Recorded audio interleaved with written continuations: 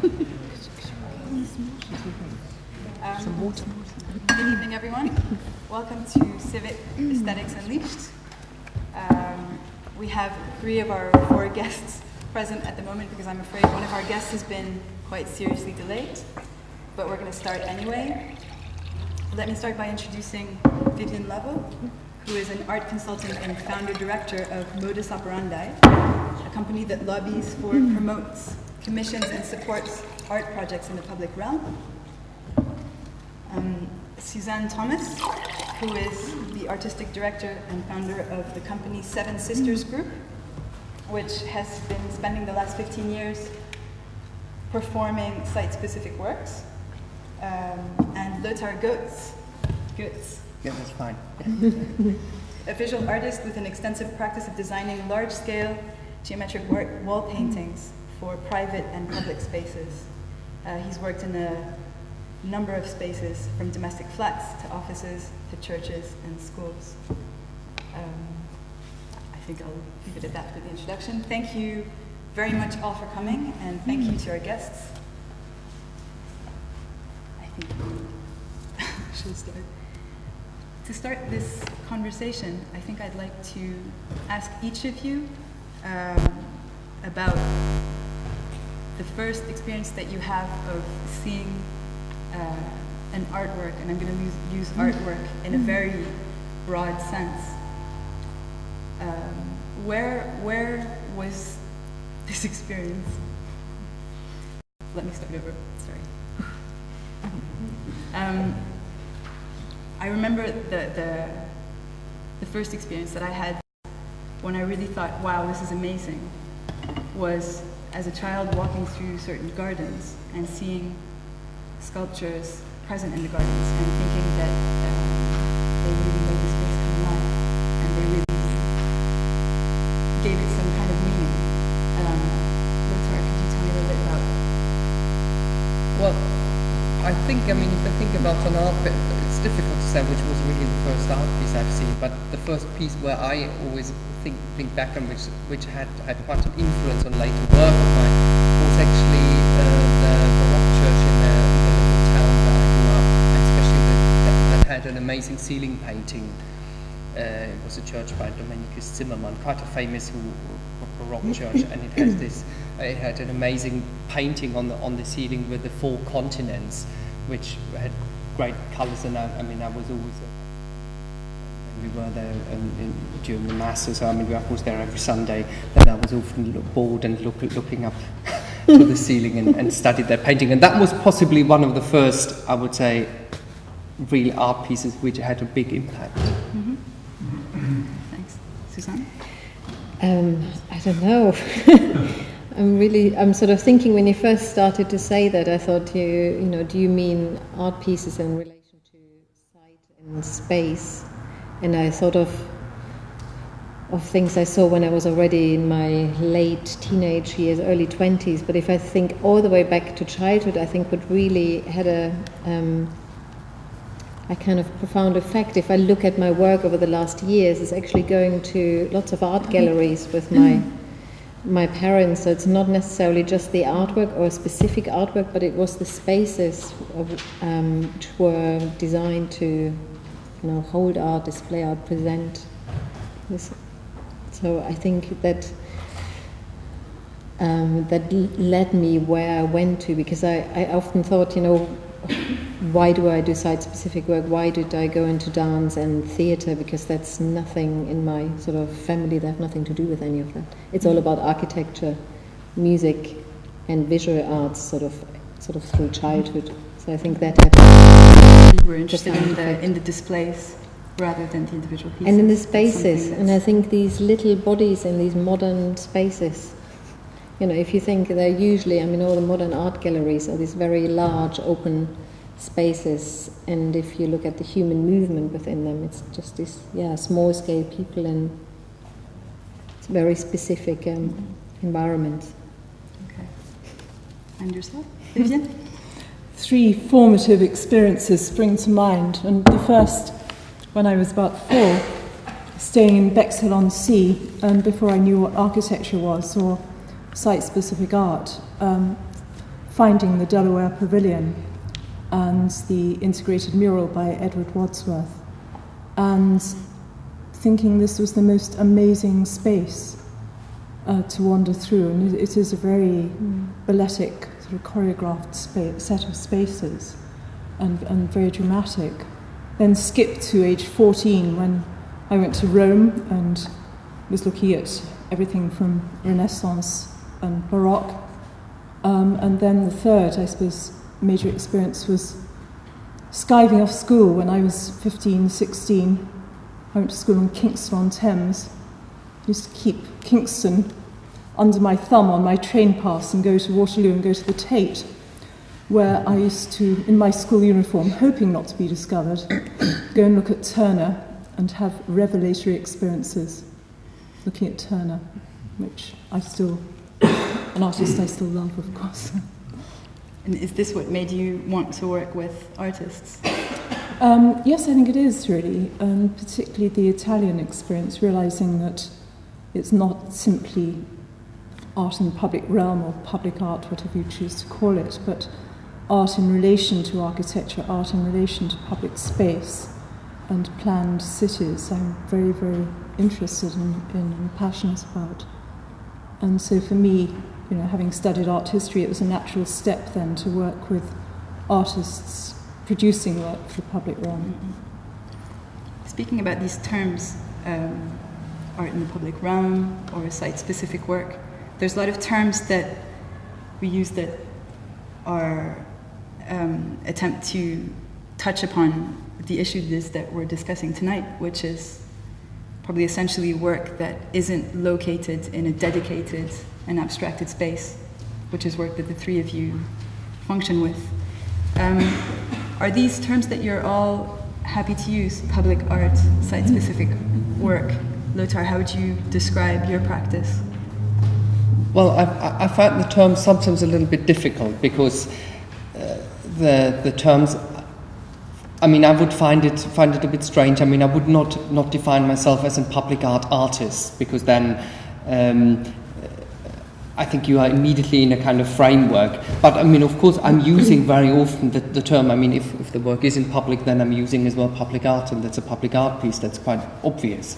But of course, it's. I'm only using whatever the broader term artist. I'm not using anything else.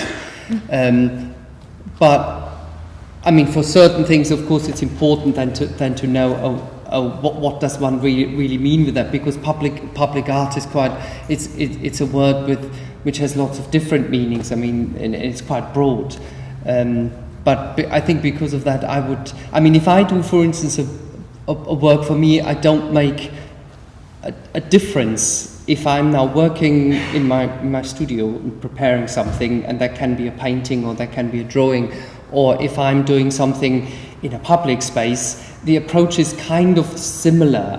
Because for me, one of the bases of the work is this responding on something. So for me, it's quite important to have something, and then I make a person respond to something, and then I start working. But for me, there is, if this is now a white cube gallery space, or if this is a tube station, for instance, or if this is on the street, or if it's, for me, this is kind of the same. I'm not making there a big distinction between that. And so, for instance, like these architectural drawings I do, there I'm reacting on some ideas from other architects or plans or buildings which I have probably seen or from which I probably only know a photograph, and then I'm creating something out of that. And when I'm invited, whatever, to do a proposal for a public art piece, then I'm again reacting on something and starting to think about that. But I don't make there a distinction, and I'm not working with two souls as well. Where that one would be the artist's soul in the studio, and the other one would be the one in the public art domain. It's a kind of the same. That's quite interesting, because when we were talking before, you were talking about the fact that you came very much from making site-responsive work from quite early on, and that slowly you started to make work that could then be displayed in galleries. It's kind of almost new for you to be working in this way, even though it might be a similar method. And Suzanne, I was curious because how you would respond to Lothar, because I know that for you, making work inside of the theatre is something that you're very much not interested in. Do you see it as is that because there's a difference in the approach? Well, there's a difference in the context, I think. Having just said that, the project we're working on at the moment is for the theatre, but it's for the building. It's for the entire theatre and performances everywhere but the stage. But I think generally, I think because I'm happy to call it site-specific work for a start, because I think that's really what we do. It does really relate to the site, and it is specific to the site, although there are generic sites like railway stations, and then you can take it into various different sites, but nonetheless the work really comes from the site. I wouldn't necessarily always call it public art, because some of the projects aren't in the public realm. Like if it's a project in a derelict building, then it's not a public space. But I really think everything we've done for the last years has been site-specific. And I think partly I didn't go back to the kind of black box of the theatre, which for me is the equivalent of the white cube of the gallery, because it is a very specific context, and it's a very specific framework in which it is much harder to question the relationship between audience and performer and what we do there and how to present a certain question or theme in the piece to an audience. Whereas if you take it out of this kind of traditional setup, where as an audience we just accept we're going to sit down and the lights are going off and we're looking on. If it is, for example, as it was in the piece Salome, the question of voyeurism, it's much easier or more interesting also to approach that if you can change this traditional setup with this famous fourth wall. If you, for example, walk through a building and you encounter people at very close proximity and are challenged in your voyeurism, for example, if that makes sense. And I think as such, it's quite complex, the reasons, I think, why we do site work. I mean, sometimes it is about the public context, and it's really about the behavior of the public in that space. And sometimes it's about the history or most often it is about this sort of social behavior codes within those sites. And as such, it's limited in the theatre, because they are social behavior codes, but it's like one set of codes. Mm-hmm. But it's very much in response to the actual space and not so much the behavior of the audience within that space. You mean in the work? In different work? In what interests you in making site-specific work?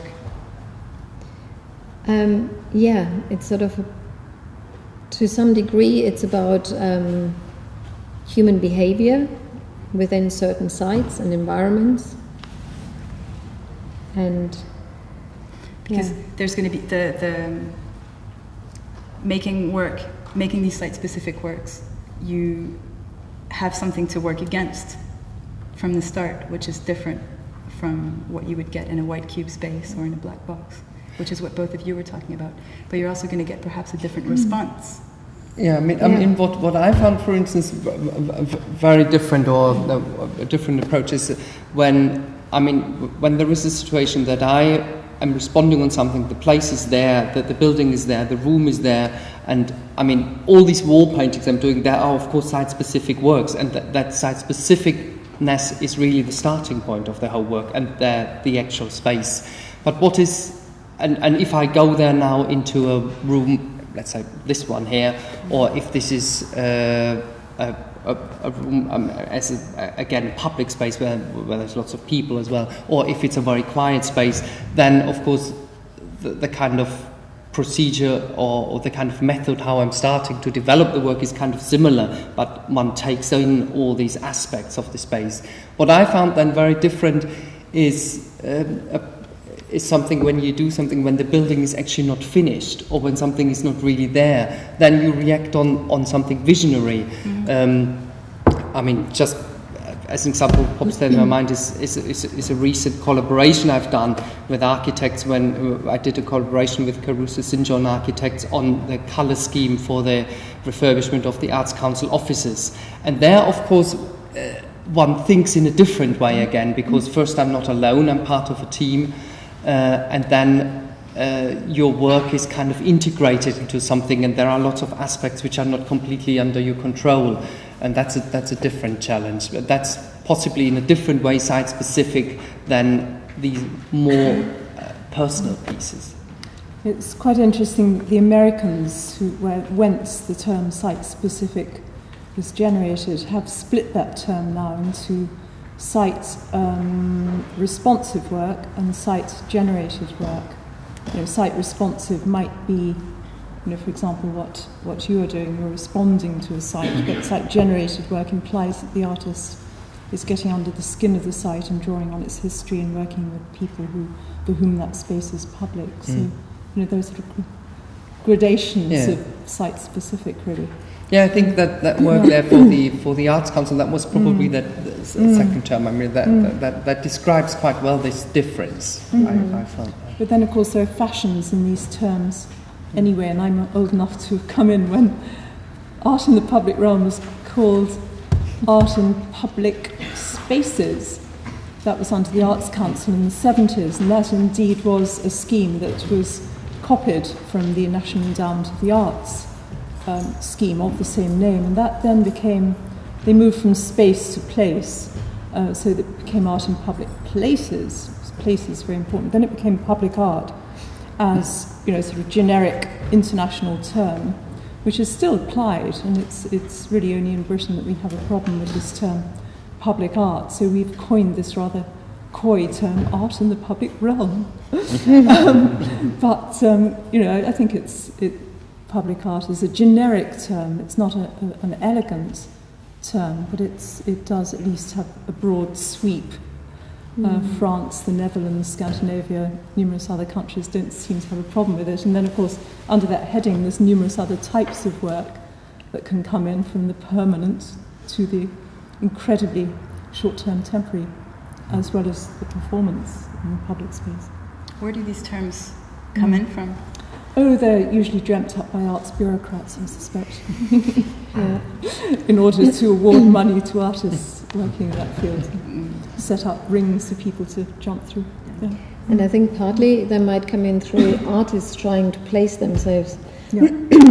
I know, for example, in the performance realm, like Punch Drunk, I think they call their work experiential theatre now. So they've moved from site responsive to experiential theatre, because you're sort of, or interactive theatre, because you're within the action. And then I've also heard of location-specific work rather than site-specific. I don't know. I guess because there was a time when all of a sudden everything which was outdoors became site-specific, which is just not. Exactly. And I think partly it is helpful to sort of try and distinguish, and partly it's not helpful because it just then gets put into boxes. And I was curious,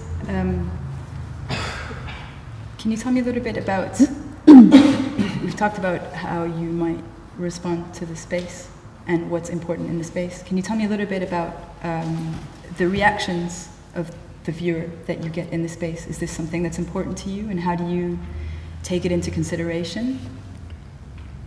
Well, with my work, it depends. I mean, it's not with every work, and it's possibly not at the beginning that I automatically think about the viewer or the person who will come in. But it depends. That is then. I mean, if you do something, for instance, for a very busy public space, then of course that is part of whatever the social conditions of that space. So I mean, when I'm thinking about responding to a space, I'm not thinking only about the architecture and the physical architectural space, but as well of course all the social space and other aspects which are there. And this can become then right from the beginning a very important part of whatever this research period, when I'm actually looking at things and I'm starting to to find things to respond or to develop the work. But I mean, for me, it's a kind of slow process and not something which I completely control. I mean, it's often that something is happening, or I for instance, I'm not a planner as a kind of planner on the table. I mean, working at the computer or at home in the studio, I find the actual being on the site very important. And for me, I normally make most of the important decisions if there is a space which is there already in the space itself. And that can mean that I'm there for a few days, if possible. If it's for instance here where I'm based in London, then that's possible. Then I probably go there quite a few times and just spend time there till something happens in my brain. And there, of course, the people. Then I mean, in a white cube, whatever, let's say in a gallery space, that's of course different. There you think someone comes then deliberately to look at your work, and I'm not automatically including that person. But if it's a site where there is a wall and there will always be hundreds of people rushing by, then that's part of the space, I think. And then they're important. But you consider the viewer as being part of the work, but you don't necessarily think strategically where you might place the viewer, where you might lead them to go. No, not strategically. That I think. It's not in that way deductive. That I think. There is a certain place for a few. I've actually got that question asked quite a few times, where people said, "Oh, there is your work, and is there a perfect place from where one should view your work?" And that doesn't exist. I mean, the work is always a kind of a place where possibly the viewer has to walk around or has to be active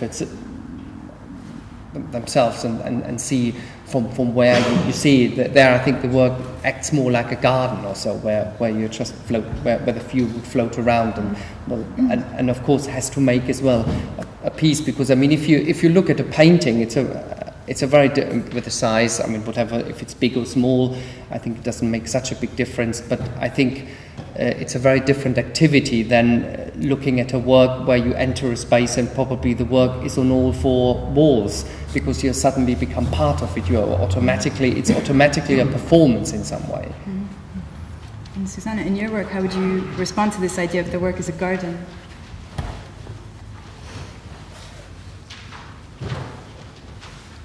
The work is a garden. Well, I was still sort of thinking about the question before, in how far, which I thought was interesting, the people in the space, how important their reactions are. And I was thinking, like, if I think of the train station piece, which is probably the most public art piece as such we did, I think they were absolutely fundamental. It wouldn't have happened without them. And I think once, because of course you have to rehearse on the site, you get an immediate response. I mean, you just see what works and what doesn't work, which you don't, in the theatre you don't get it until the opening night, basically, or perhaps you have a preview. And I don't mean so much in terms of do they find it exciting or do they not find it exciting, depending what you're after. Perhaps you want to make something really bland or conceptual, but you just have an immediate response of people, and you have an immediate response of people from all kind of walks of life, rather than a sort of specific crowd who comes to this dance performance. Mm-hmm. And for example, like in Train Station, I'm sure that a lot of people who got totally drawn in and were fascinated what was happening, if I would have had a sign saying this is contemporary dance, they probably would have snuffed and walked away straight away. But because it wasn't clear what was going on, you just have much more openness, and you just start watching and questioning. And Vivian, in terms of the way that you work and the way that you're involved in making these projects exist, obviously you work with a lot of different partners. For you guys, mostly you'll be thinking about the public that comes in to see the work, and you're going to have a whole number of players to respond with. Is the viewer something that you think about? Absolutely. I wouldn't be in this field and ignore the public. Ignore the public at your peril. And when we're first involved with the project, that Well, we work right across the board, from projects that we generate ourselves with artists, through to responding to clients who might be transport authorities, developers, educationalists, people working in the health sector. It starts with a conversation, generating ideas around the most creative opportunities that we believe we can offer artists, and then having scoped to some extent what it is that could work for an artist or artists. We'll develop a brief, and that is shared with representatives who are the users of the space, who may well represent the public who use that space. And then that is the sort of toolkit that the artist is given to respond to the set of circumstances, the people, the environment, the brief, and then some artists throw the brief away and come up with something completely different. Others absolutely follow it and transform it into something quite extraordinary. You can never underestimate the public. You know, they're much smarter, of course, than we find clients underestimate the public. That they feel sometimes that the artist has to do something that is readily explicable, or we never agree to clients letting an artist dumb down their work. Because it actually is very, very important to push creatively and artistically for what can be achieved for that project. And once the work is there, whether it's permanent or temporary, the array of responses can be really extraordinary. And will go on being extraordinary, because it's not just the response of the public once a work is first sighted or first performed, but if it goes on being present in that space or forming that space, then over sometimes months or even years there will be different responses to that work, which of course are very hard to measure in the long term, but very, very exciting. We've seen work that has been initially commissioned and installed that's provoked an enormous controversy, and then work sort of settles into the consciousness. But if it's ignored, the famous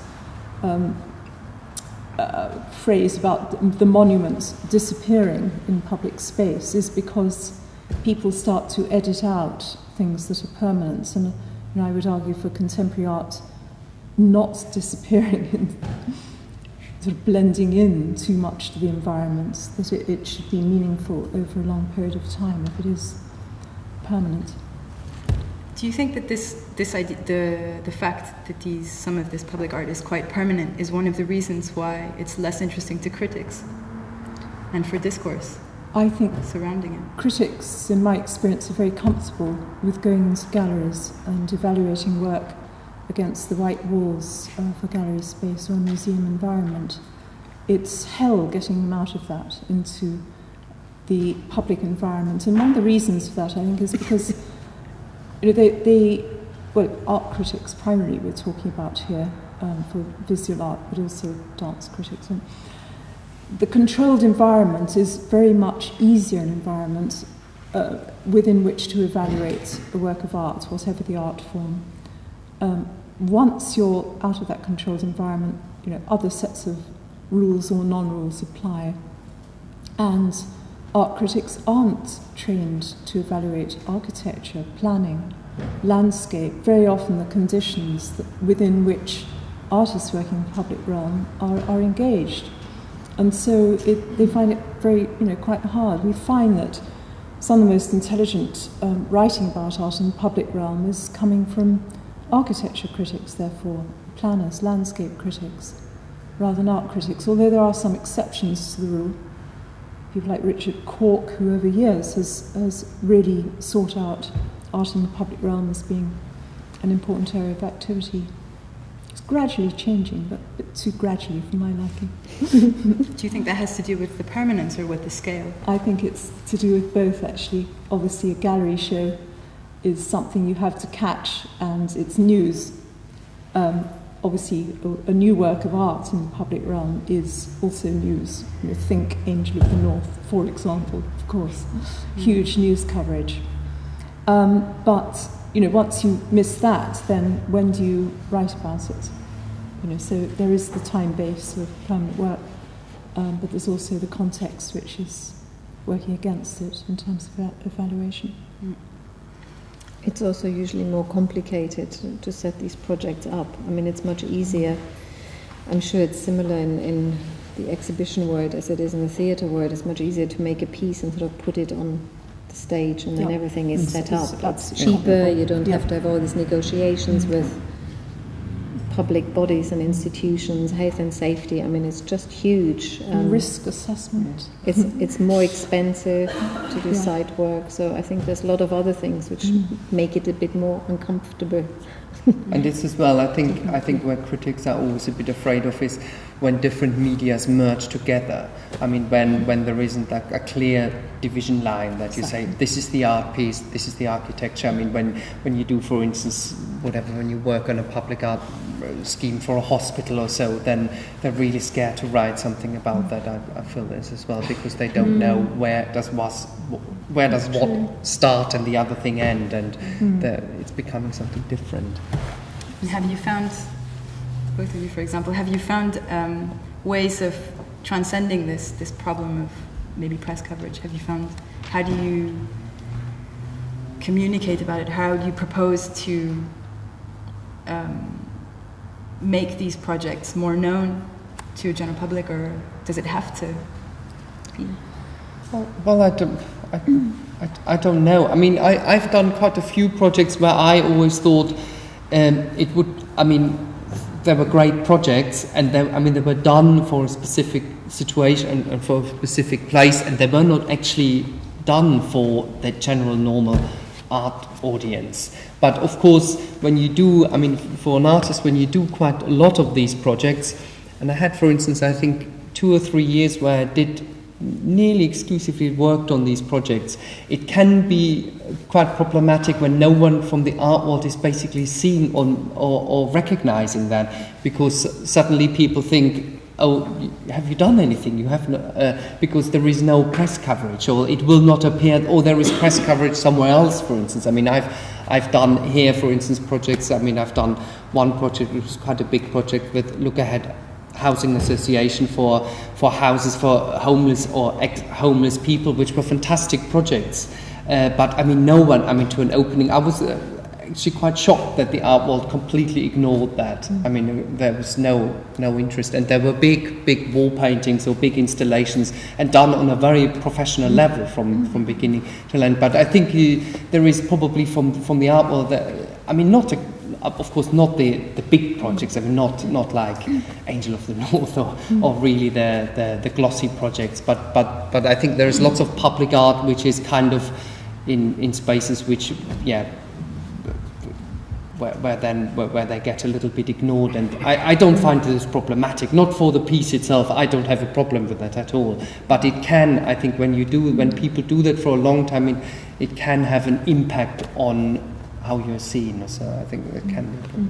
It's interesting because for me the experience in terms of critics was kind of the opposite. I think for us it worked in our favor, because I think at the time, at least within the dance and performance world, it was still relatively rare. So we had a lot of critics come in because it was unusual, and we even managed, to end up on the news on television, which for dance is very difficult because usually it is one of these kind of sideline arts fields. So in a way it has helped. The tricky thing within that was they all came, they were excited about the work, but then they were questioning, but is it dance? Because it didn't fit into the dance bracket as such. So there was a sort of negative purpose within that, but again it sort of threw up questions. Well, what is it? Or do we need to label it like that? And if it's not a specific choreographed landscape of dances on a stage, which we usually associate with a dance production, the choreography of an audience moving through a building, encountering different installations and performers, isn't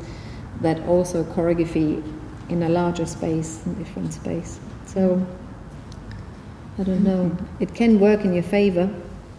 But it's in your work, I know that you do a lot of work which is kind of behind the scenes and in it early on trying to teach or trying to broaden the horizons of different funders or people involved in politics or in different groups. Do you also have a role, an education role maybe, as regards the different dance or art establishments? Do you think this is part of your remit? I would love to do more advocacy and education, but I set modus operandi up in a way that it was totally independent, so it doesn't have a regular grants to fund that area of activity. However, we do it to a large extent anyway because we feel it's important. But the time to actually, even do this sort of event is not as luxurious as it might be, because we earn all of our own running costs from managing projects. So we're paid by clients and commissioners of art, not of course by the artists. So that is how it works. Yeah. But it's terribly important. Ongoing advocacy for art in the public realm is very, very, very much needed. And it's almost as though everybody has to learn for themselves out there. There's no history of knowledge. It isn't passed on, as it were, from one person to another. If they leave a job, they take that area of expertise with them. So you're then in a position of then re-educating or re-advocating with a local authority client, for example, all over again, the importance, the benefits of artists working in the public realm for the benefit of the public. Yeah. But it's exciting, because you can see people become totally inspired about it, and that thrill of people getting it and thinking they can make a difference and go ahead and commission artists. So that never goes away, I think. No, I agree. I found that as well. I mean, sometimes some pieces I've done in the public area were extremely satisfying. I mean, because you got so many reactions and different ones, and not. I mean, this of course is there is probably indirectly an educational aspect, even if you're not really labeling it like that. But for some projects, I mean, what I've done, for instance, some projects there were some, as well as was some activity beforehand and probably during the work I did the project or afterwards, which was of course in some way educational, but I found that as well very, very great. I mean, this kind of, as well, that you get a response from people who probably are not from the art world and have a very refreshing response sometimes. And in terms of this need, when we were talking earlier, you were talking about an experience of going to Berlin to see Willi Dorner perform in this event with these stacks of bodies in the urban space, and that you were surprised at the turnout and the response. And you were saying that, as well in regards to train station and things like this, that the public response actually completely was beyond all of your expectations. Where do you think this need comes from? Is it just a surprise, or is it because this kind of work corresponds to a particular need for performance or outrageousness in them? I mean, it's such a big, important and interesting question. Like, why has site-specific work become so big and so popular? And I mean, talking about educating, I always feel like there's no need whatsoever to educate audiences. I mean, they're there and they're excited about it usually. And that, like, as in the case of Willi Dorner, I mean, they show up in their hundreds. I also felt it was always much more about trying to educate funders and commissioning bodies to allow that work to happen and not be too bureaucratic about getting there. But I don't know, I've had lots of debates with different people why it is happening at the moment to this degree. And I mean, what people often say is that that it takes place in the real world, but of course you can question what is real. Is the theatre, for example, in my case, is it not real? And of course to some degree it isn't. It's artificial, it's all enacted, and that's what I mean. There's a certain context and there's a certain setup, and if you do something outside or in a train station, it's very vibrant. I mean, there's a lot of risk. You don't know what's going to happen, you don't know what the reactions are, it's very alive. I mean, sometimes I wonder, because we've gone more and more into, you know, apparently our virtual worlds, whether at the same time, because we do spend a lot more time in virtual worlds, we don't necessarily have to go into Second Life. I mean, even just spending hours on email and sort of communicating through very different means rather than the real presence of other people, whether there's more of a need to be in real scenarios or real contexts. Because, I mean, in the performance world as well, there's also an incredible excitement to be so close. I mean, the whole question of proximity, which, you know, again, if you're in the theatre, famous fourth wall, I mean, everything is far away, but to have like this moving, sweating, breathing person in front of you, there's sort of an immediacy which I think is very exciting to people. Mm-hmm. But at the same time, in spaces like the art gallery and the theatre and even the library, there's, even though they're highly abstracted spaces, you go in and you absorb yourself within something, you're still very much in a space where a lot of other people are doing the same thing. So there's still an element of reality and of conduciveness to group abstraction, I suppose. Do you think that you're talking about the fact that site-specific work is maybe more popular right now? Do you think the library and the theatre and the gallery space are on their way out, and that more site-specific work is on its way in? I don't know whether I would put the library in, because I think that's another, I don't know, it's another thing we do. But perhaps the theatre, or I wouldn't say it's on its way out, but I think anything which is exciting in the theatre at the moment is dealing with similar questions of what do we do here? What are the questions today? How are we reading things? How are we presenting or representing certain ideas? And I think there's still, of course, the potential for very exciting work on stage. Doesn't have to be site-specific at all. I think, you know, for me, I remember when I first started in site-specific work, it was simply economics. You know, I came from a visual arts background, and the black box was a black box, and unless you had money, and of course you can do incredible stage sets, unless you had the money to do that, you were stuck with a black box. Whereas if you went out into a forest or into an urban environment, then you had an environment to work with. As well, which I then discovered you also had a lot of context and history, as well as a certain different kind of reality you were playing with, and risk and surprise with what was happening. It's just much safer and much more predictable in the theatre, to some degree. And do you think that makes it less magical? Not necessarily. It just depends whether the work is good. I mean, there's a lot of really bad site-specific work. Yeah, that's true. You know. Do you think you have perhaps a very high interest in unpredictability that leads you to site-specific work? Is that what draws you to it? No, I just think I have a really high interest in human behavior and how we relate to each other, and how we are not very conscious very often of what these patterns are, and to bring them alive or to become conscious is, or sort of perhaps my way to play with that or look at that is in that environment where they take place, rather than translating it onto the stage in form of abstraction and translation. And do you ever have any bad surprises with this incontrollability? Not often.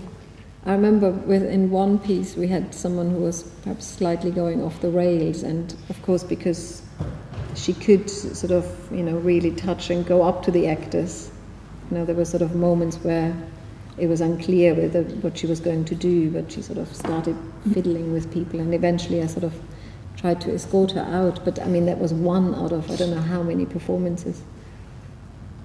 How about you, Lothar? Well, I don't know if I had bad surprises. I mean, not really because of the fact that I was working site specific. I mean, but that is very different. I mean, as I said, I'm not really working directly with the audience. I mean, if my pieces, my wall painting is there, then I mean, I do not know how the audiences are reacting afterwards, but I will normally not be there any longer. I mean, it's more what I found. I mean, and probably one reason why I really enjoy these site-specific paintings, how I would call them, is that there are always, while I'm doing it, surprises happening, because the space is speaking with what you put in. There is a dialogue, and this is not completely controllable. I mean, I think the most successful pieces were always pieces where I would say I haven't done them, but the space has done them. It has happened in some way, and there can be moments where I'm, let's say, just painting a line, and suddenly I realize that line connects with lots of things in a space which you probably, even with a very intense preparation, I didn't really imagine that will happen. Or some color reacts with a different color. I mean, slightly different is it, of course, when you do something for a space, like in a private space or then in a public space, which is really used heavily, where people or things are getting changed, and suddenly that piece, I mean, which is of course fixed there on the wall. Let's say there is a blue and a red stripe on the wall. Suddenly, if there is a person with in an orange jacket, changes the whole piece and the whole dynamic of the place. And these are things I enjoy very much when I'm watching that, when I see that. I've made pieces where, I mean, the people or how the setup in the space has completely changed the work, and where I then think what I'm doing is actually a little bit like an intervention, nearly like, not stage design is the wrong word, but something where probably the viewer becomes the actor in a broader environment, and everything is important. But this can happen, I mean, with the architecture, with the space itself, when I'm working there, or later on, I mean, then with the viewer, or as well, I mean, I've done pieces in private buildings, which is a complete different thing again, because people live there, and every, I mean, if you do a work in what I've done before, whatever color piece in a kitchen, I mean, and you have the table in front, I mean, kind of every dinner which is laid out there, or every breakfast, becomes a kind of performance piece, and it will be different, because every bowl you put on the table suddenly reacts with that work. And I do think that if you do something which is art in the space, it's a difference than if this is really architecture or design, because it has a kind of different atmosphere, or it's more independent. There is a kind of strange, how can I explain that now, what I mean? I think that if like what I do, that you put some colors into a space, which is an addition probably to a space, or respond, they themselves, they have a different reality, a slight different reality, or on a different layer than the rest. And then that makes then, I think, elements which are there, if it's people or if it's objects or if it's furniture, react in a slightly different way as well. Don't know if that's clear, but... I would agree with that. I mean, for me, it's very similar. I feel like that in site work, it's like a whole other dimension coming to the work, which is unpredictable to some degree. If I stay with the example of train station, like when I started out, I did not plan that, of course. I was fascinated with this, what I would call natural choreography in these very busy London commuter stations, and interested in the fact that, it's like one of the few public spaces where people are very intimate at times. There was a really interesting juxtaposition. So there was sort of a lot of things I was starting to work from, but when we actually had the show on, it had this, it was nearly like this humanizing effect on people, where they sort of came out of their automaton and they started looking at each other, talking to each other, and at some point, as you say, sort of the performers actually became nearly unimportant, because he started looking at everyone else thinking, oh, is he part of it? He's sort of doing funny things there, or oh God, what am I doing? And of course there was nothing like that was planned, but it's just an amazing dimension which came to the work, which I don't know whether that's possible to that degree in the theatre. Perhaps it is. And with this kind of these things, unexpected things that happen that you're talking about, do you ever get the urge to go back and change the piece and continue to add or continue to play? I do not really know. I mean, because I see most of my work really as temporary. I mean, most of these interventions, what I've done, are very clearly temporary. And it's a kind of temporary intervention, then something is happening, and it has its lifetime, then it's over. But of course, when I'm there, but this happens nearly all the time when I did a site-specific painting somewhere or piece, that the moment I'm doing it, I have 20 other options in my head, and then I think, and this is only one option. It's never ever. I mean, it's not about that. This is a solution. I mean, for me, it opens up other ideas. But of course, this is the idea. I don't have the urge then to add something. But it can happen that sometimes I think, I would really like to come back to that space and probably do a very different piece. I mean, I've done one piece which is a long time ago, where that was in kind of nearly a wide cube gallery situation, where I did something, but where every week there was, I had the show was for 4 weeks, and every week I did a different piece, which acted with the space in a very different way. And it was quite extraordinary, I think, for the people who came to see that change in a space and how different people actually reacted to the space. And but this kind of changing or adding, I painted everything always over, and then I made a new piece, but with a similar language, but just whatever, probably a line, and then suddenly the line was 2 meters higher, and then what is then happening? And that was very interesting. And there, of course, the reaction was really part of the work for the people. Just unpredictability certainly comes in when we're commissioning work by artists who are working with process, working with dialogue with people in and around the space for which the work will be made. Example being current one, which is at Shadwell Station, Docklands Light Railway, where the photographer Anthony Lamb is making the second pair of site-specific and site-generated images from his dialogues with the local community who live around, particularly those who are living in tower blocks around there, and asking them their views on the public spaces around Shadwell and how they access their homes, gardens, if they have one, and the station, looking at different routes, looking at transgressive acts, sort of desire lines across areas of green, ignoring the formality of the path that was provided by the local council, asking people what they felt about gardens, allotments in that area, and being given, as an artist, photographs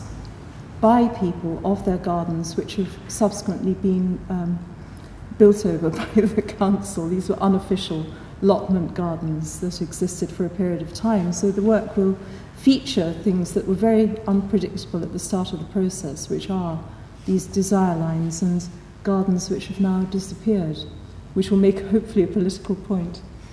But there is a large degree of unpredictability, obviously, in that process-based work, which then informs the final version of the work.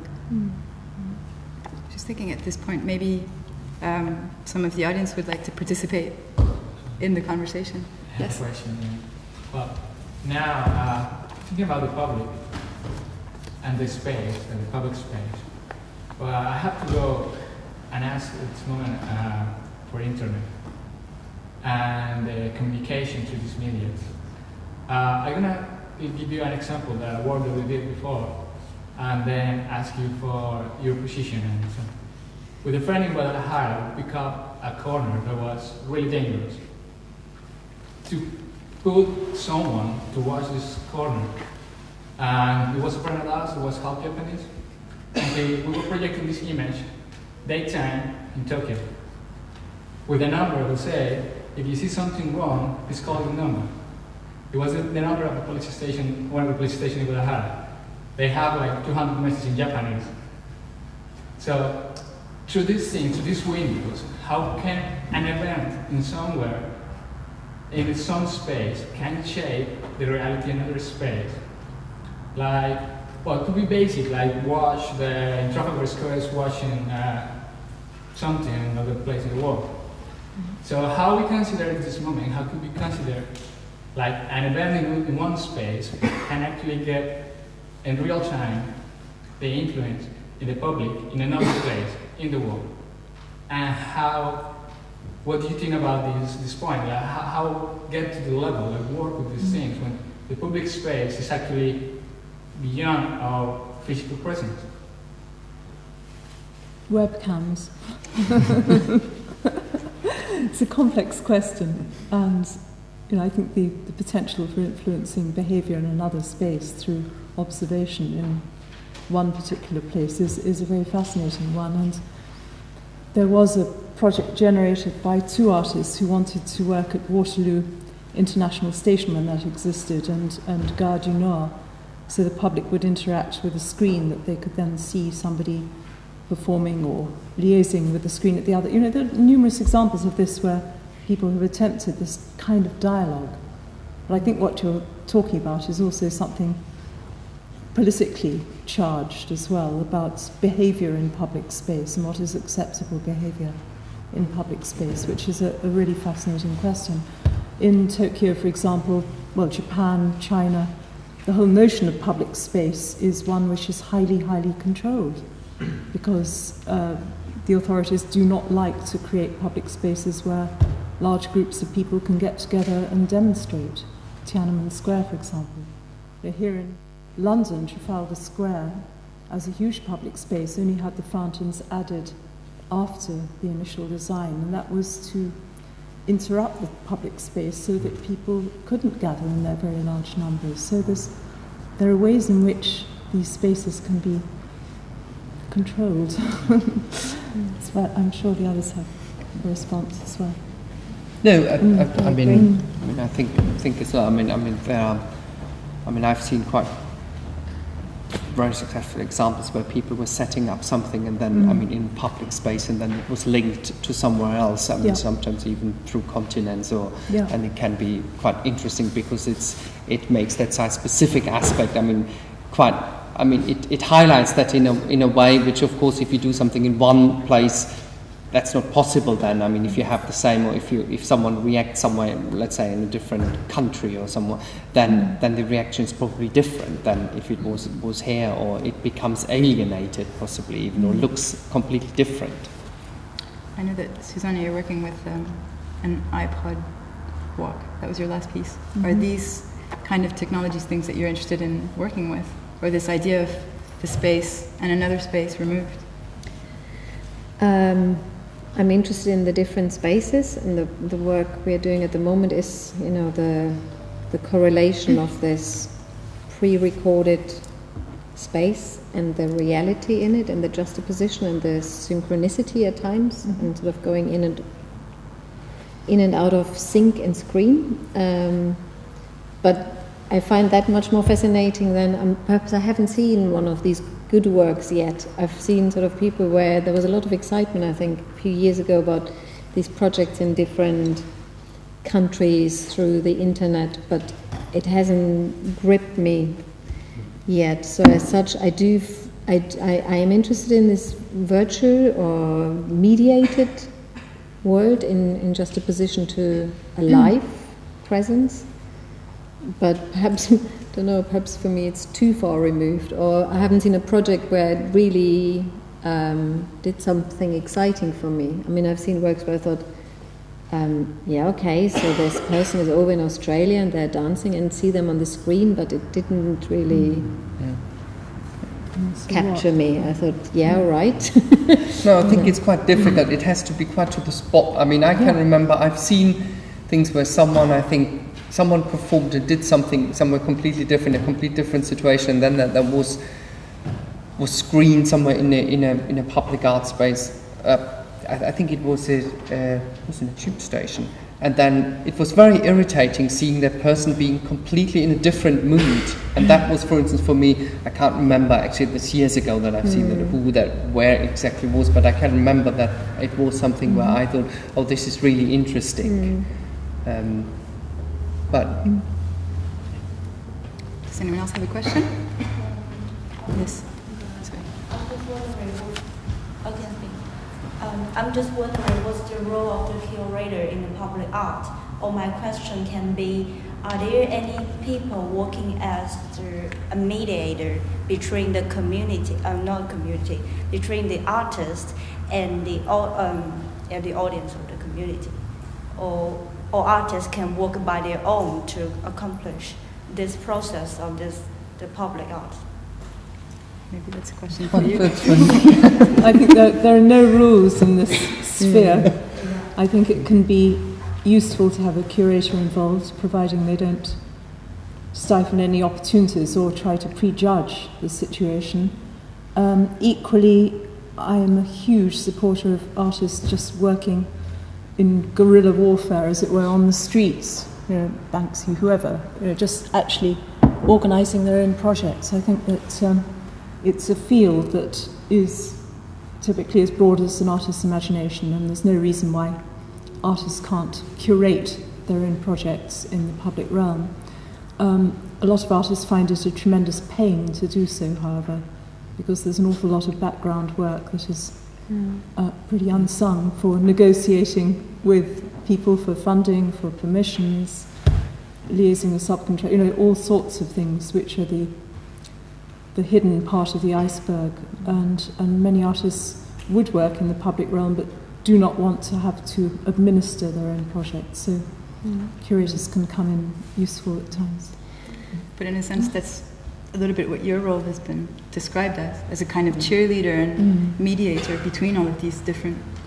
I'd hate to be described as a cheerleader. I've always thought they were really one of the more tasteless aspects of the American world. But I know what you mean. Yeah, pioneer. I don't know. Anyway, pioneer. Okay. Yes, yes. You've got to be really passionate to work in this field. I tell you. I think so. I think so too. Work. Like I think in my experience, I have done a lot of that groundwork, and every time I think, why don't I go back to the theatre? Because everything is there, set up, ready to go. But obviously I do get excited about side work. But I have worked with different managers over the years, and I've often come back to doing it myself, because you just have to work so hard on persuading the authorities, trying to find the right way of talking with them. I mean, I had a couple of experiences where it really helped to have someone as like a curator involved, but mostly it's just been just really hard work, as you say. I mean, you just have to be so passionate about the work and believe that it can happen, and sort of keep persuading people, and it's quite hard to find people who do that for you as an artist, actually.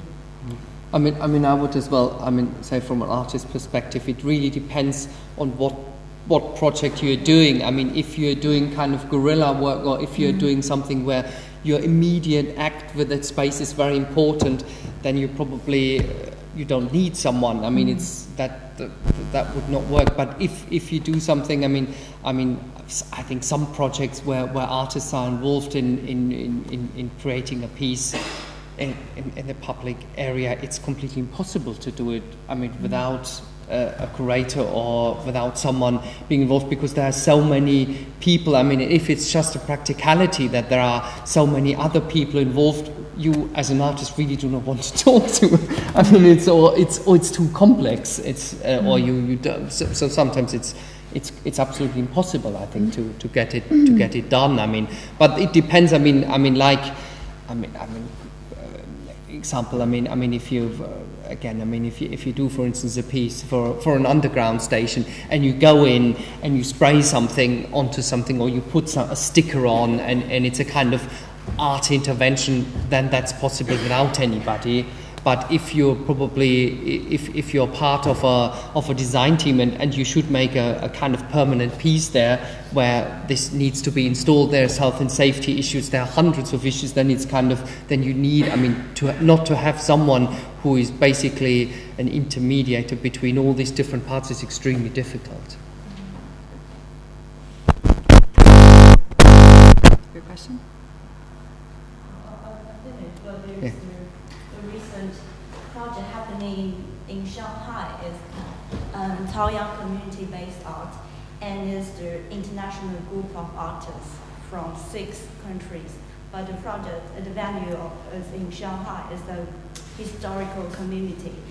So I think it's quite complicated, and there's a lot of contradiction between because the venue is in Shanghai, but the most artists they're from Western, so there's the cultural differences, and also they have the different languages.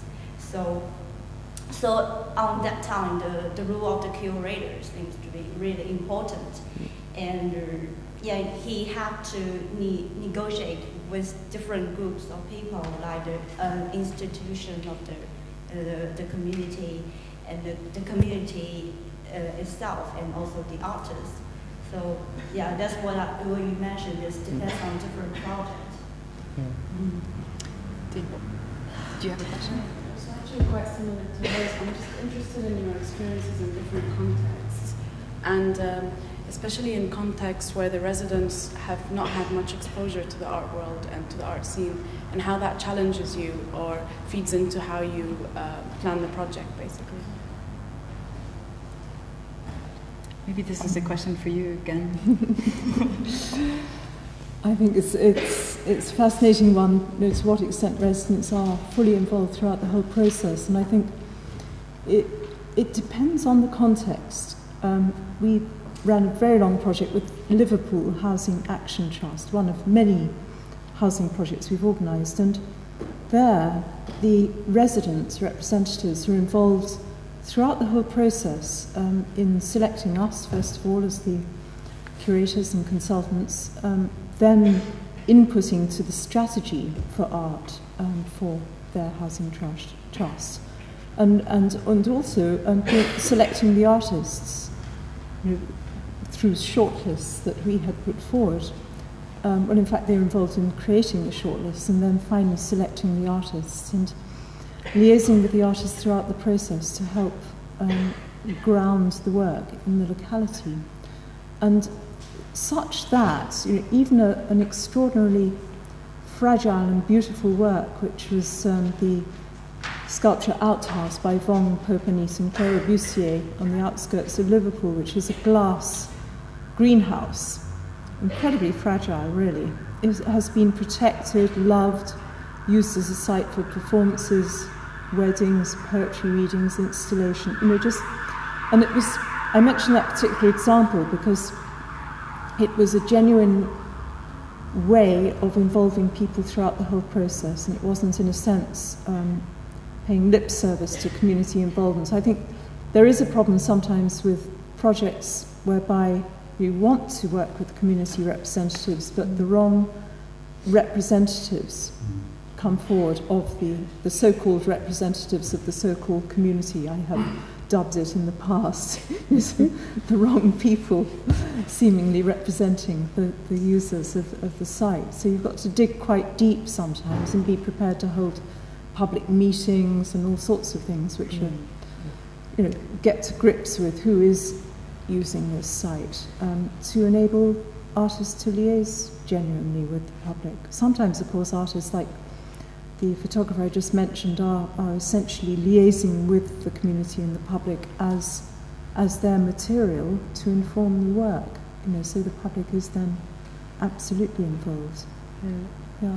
I think it depends very much what the concept of the project is, to what degree you want to work with the public or you really involve them, and also what kind of public context you place yourself in. I mean, I know, for example, from Wildworks, which is a theatre company which works very much with communities, and they spend months, their research projects, they spend them within those communities, and funnily enough, when I ask her what the the main approaches. She said tea and cake. You know, she just gets people to come and talk and sit down and you know, and also approach of taking everyone seriously and wanting to hear the stories of the people and of the community, and then they make a piece out of that. But then, for example, I was involved in a cross-disciplinary project, which was an architecture competition, where we went into Toxteth in Liverpool, and it was very much it was about shrinking cities, and it was really rough. I mean, I didn't even think that existed in England, to be honest. It was just streets and streets of boarded up houses, and we decided to go in there with 10 cows. We were going to place ourselves, we were going to bring, naive artist approach, bring nature back into the space, but it was just about making a sort of big intervention where we then sort of would provoke an exchange and a communication, which we did get, which was everything from, just amazing responses from whole school groups and children, being with us like 24 hours a day, to being thrown at with fire bombs by, some of the more reluctant youth. But, it was so much about being there in that space for 10 days and having a dialogue with the people and see, what do you actually want to do with this derelict environment, rather than, city planners coming in and saying, let's have a walled community here because it's a beautiful view over the river down there, which it was really quite stunning. But there were all these green areas, where we went with the cows every day to a different place. So, but it was one of the hardest projects I've ever done. I mean, there was just no sleep, and so I think it depends very much on the project and what your aim is. So I think you can have a very smooth, loving one, or depending what you want. No, I mean, I think some crazy who goes against it. I personally found booze much more allure than tea and cake, particularly in Liverpool. Sorry, no, it's just want to say, I mean, sometimes it can be as well that the reaction, I mean, what you mentioned as well from the audiences can be quite contrasting, and sometimes you do not know who is actually the audience I'm working for, or, I mean, if you do something like, I mean, I did one piece in which was a little hut, I mean, an old people's restroom in the middle of a old little Georgian town in Derbyshire, and the response was quite, I mean, revoltingly contrasting. I mean, where it was difficult to say what is actually now the audience, or is that successful or not, or is that, I mean, because there was. That was, it was basically a room in the middle of the marketplace for old people, and then there was a very bad response from the shopkeeper. I mean, because they really didn't like it, because they, when it was set up at first, I think they hoped that there will be a coffee place, and when they realized there were only old people who basically do not spend much money in their shops will be there, then they were really very much against that project. And sometimes it can be very difficult, really, as well, to find out what is the real intention from someone. I mean, because there I took at first this, because I was there as well, and when we all did it and got constructed. I mean, when I painted that whole wooden hut, and then I took that very personal at first. I mean, that response from a few people, and didn't understand it. But then in the end, for instance, the old people really loved it. I mean, they took it on with great success. And then it turned out that they really, I mean, that these shopkeepers wanted them to be outside somewhere, not in the city centre, because they have no spending power, which was then, of course, quite cruel. But that was, for instance, a project which was very interesting to see, very contrasting elements.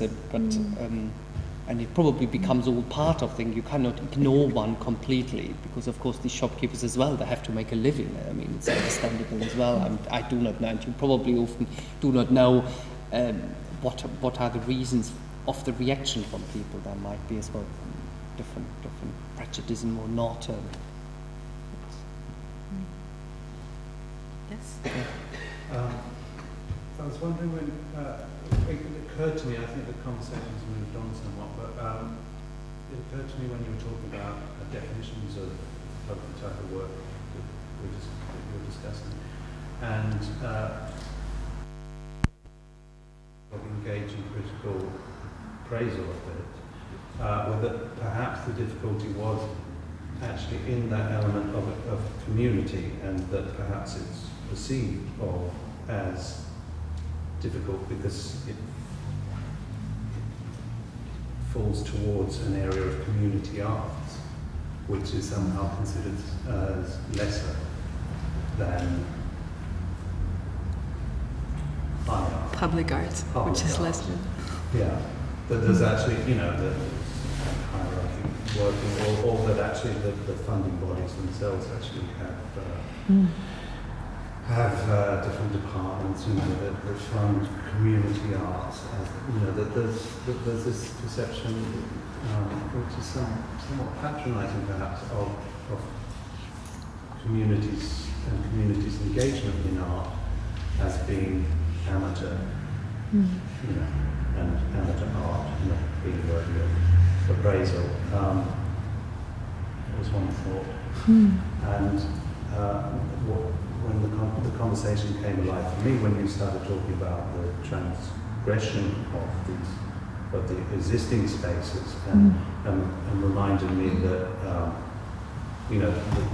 there's often a presumption. I've personally resisted invitations to be engaged in artworks which might be quite specific or whatever, because I've always thought that there was a sort of element of patronisation. That people, there's a presumption of knowledge of what actually happens there in the first place. And there's, that actually those spaces encompass in their own lives so many stories and so on, narratives that are far broader and deeper, higher than what we might contribute to them. And I think perhaps there's a difficulty in those. On the one hand, so I'm suggesting on the one hand that there's perhaps, I don't know, that there's a difficulty in terms of funding of community arts as being something other than other arts, and on the other hand that there's not actually a sufficient respect for the life of communities and the stories and narratives that actually already exist. Not enough respect on the part of artists, to some extent. So are you suggesting that they're plying the communities with booze, hitting them on the head with the art, and then running away? No, I think it's... I don't know, you well, have to tell me. You've touched on several different interesting strands there, but I think... I'm really just... Yeah, but just to broach two of them, you suggest that the lack of critical response is somehow to do with the critic's problem, that the work is somehow sullied because it's in the public realm, that it's to do with the community, or it's hard to evaluate because it's part of a physical context. And I think that to some extent is true, insofar as many art critics do find it hard to evaluate work which they regard as impure in some way, not within that controlled white box. And that somehow, I think there is a preconception amongst the critical world that public art somehow has sought to please or has dumbed down. I think that's changing though. I really do. And I having been involved in this field for a horribly long time, I know that's right. And I remember it well, community arts, and at that time there were actually relatively few artists of the calibre that would be represented in galleries we know and respect, who would engage beyond the gallery in the public realm. That has totally changed to the extent that the galleries themselves are moving out into the public realm with off-site programmes. And now, art in the public realm is fashionable. In fact, we'll have to go somewhere else because the centre has come out to the fringe, so the fringe has to move. So that really has changed, actually. It's a fascinating process. Yeah, like Scottish National Theatre launched themselves without a building 2 years ago. Yeah. I mean, you know, it has really totally shifted. But I think also it's not the same necessarily site-specific work and community work. And then even within community work, there's so many different aspects and strands, I think, of, you know, are you working in a community or are you working with a community? So... Yeah, I think in this field there is nowadays a huge variety of approaches. I mean, which I think I would as well agree that has probably very much changed to what it was 20 years ago or 30 years. So, I mean, you can find nearly everything, and it's really difficult. I mean, to use the word there, then public art or community art, it doesn't say very much any longer. I mean, from my perspective, I mean, as an artist, when you get probably the email and you get asked, oh, can you imagine applying for that project or this? Very often, you don't know exactly what it is, and because they are very, very diverse and very, very different. I mean, really, from something where I then would think, no, I'm not interested in that, to something which is extraordinarily interesting, and as well from the quality. But you have everything. I mean, I think that's so under that name. I think they're nearly a bit empty now. I think these phrases. Yes. So I've got a question about thinking about this idea of, you know, how you work with communities and people and responsibilities, and when artists become, and art in the public realm is used kind of politically as a tool for regeneration. And where I had an experience a year or so ago where I had a piece of work on a piece of kind of rough ground in Margate, and my work was cited there for 2 weeks for an exhibition, and the man who ran the pub opposite said, I've been trying to use that piece of ground for 10 years as a garden because it's been just kind of left abandoned and the council haven't let me. And I knew that the plan before my work was cited there was actually for artists to turn it into an allotment as part of this exhibition, but that hadn't happened because of the timings. And so for me, it was really problematic, and I thought, well, as an artist, how do I deal with that kind of responsibility that I've been allowed privileged access to this piece of land that actually the local community haven't, because somehow the local council think, oh, art, here you are, have it. And how do we approach that?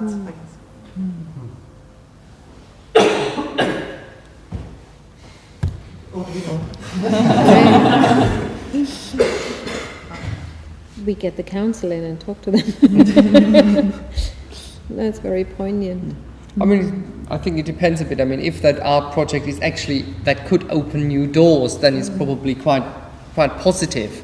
I mean, if it's only another example that whatever there are hierarchies and whoever, if someone is important, then you get it, you're allowed, and the other person not, then that's probably as well a negative aspect. But I would think them rather positive, that I would think, well, that project probably opens other new doors, and maybe the council is the next time thinking, oh, that artist actually thought about an allotment. Well, if someone else is thinking about that, whatever in the future, maybe they're allowing it. The chance is probably greater. So, but you don't know. It's a bit different. Do you know what happened to that piece of land afterwards? Oh, I think it's the same. Oh.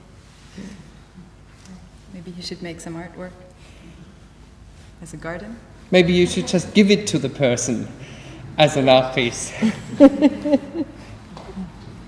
Exactly. Take one more question, yes? I think there is something in the consultation processes that very often take place when there is a public art project that I think is lacking a kind of sense of belief in the possibilities offered by collaborating with a community in the way a project could be developed. I think very often consultation processes are about would you like to have a cafe or a garden, or they're like preemptive questions that already are giving an answer. And I was wondering if any of you are aware of a more sophisticated approach in which I think communities could be involved in creating artworks or installations or something much more complex that then can be read by architects or urban planners in a way which is not just, I give you a question, you give me an answer, and that's all. So I don't know whether the question makes sense or not, but I'm thinking of if are you aware of a consultation process that takes that dialogue a little bit beyond the stereotypes of questions and answers that are kind of straightforward, and that involve communities in a more proactive process and using their creative abilities. Can I perhaps suggest an example, which is the work of the German artist Jochen Gertz, who involves people in answering his questions, in order to create work in public spaces. And a project I organised in the city of Coventry, where I selected Jochen, he invited immigrant communities in Coventry to name their past enemies as their friends, in order to qualify for a plaque for his work, which was a future monument. And monuments typically are, of course, about the past, but this was to be an act of reconciliation for a city which had been blitzed by the Germans, his own country. And it was quite extraordinary, that we expected that the Germans would be named, to our German friends, but there were also responses to our English friends, to our American friends. So this, by asking an imaginative question, he got an imaginative response which informed the work. It's one of many, many examples of that sort of dialogue not being prosaic, but actually leading to something which is more poetic. Okay. I think perhaps we should stop. We've talked about a lot of very diverse issues, so it's going to be impossible to make any kind of conclusion. So I'm just going to thank the three of you for coming and having this conversation, and hopefully, well, I'll continue to make work in our ways, site-specific or not, public or not, and just generally make everything a little bit more interesting. Thank you. Thank you.